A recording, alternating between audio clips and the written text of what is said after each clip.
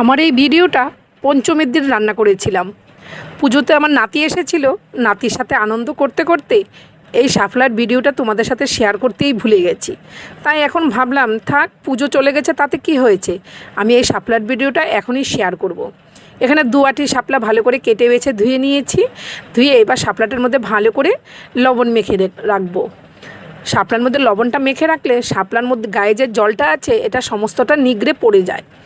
তারপরে কড়াইতে তেল দিয়ে দিলাম, কালো জিরে, কাঁচা লঙ্কা, শুকনো লঙ্কা আর কুচানো পেঁয়াজ দিয়ে দিয়েছি। দিয়ে এবার লবণ হলুদ মেখে রাখা চিংড়ি মাছটা দিয়ে ভালো করে ভেজে নেব।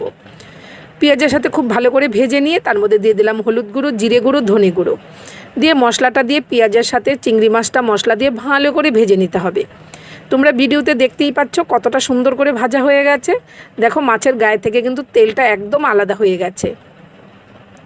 তারপরে এইবার দেখো এই যে শাপলাটা যে লবণ মেখে রেখেছি, এইবার এইভাবে আমি হাত দিয়ে চেপে চেপে শাপলার গায়ের জলটা পুরো ফেলে দেব।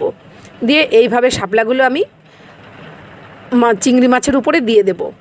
এই শাপলাটা কিন্তু সেদ্ধ হয়ে যাবে, কিন্তু গোটা গোটাই থাকবে। এইভাবে শাপলা রান্না করে একবার খেয়ে দেখো, স্বাদ মুখে লেগে থাকবে। তোমরা তো অনেকেই শাপলা রান্না করে খেয়েছো। শাপলাগুলো রান্না করতে গেলে একদম কচু শাকের মতো ঘেটা ঘেটা হয়ে যায়, কিন্তু এই যে শাপলাটা দেখতেই পাচ্ছ খুব সুন্দর ঝরঝরা রয়েছে। ঠিক এইভাবে শাপলা রান্না করে খেয়ে দেখো, আশা করি ভালো লাগবে।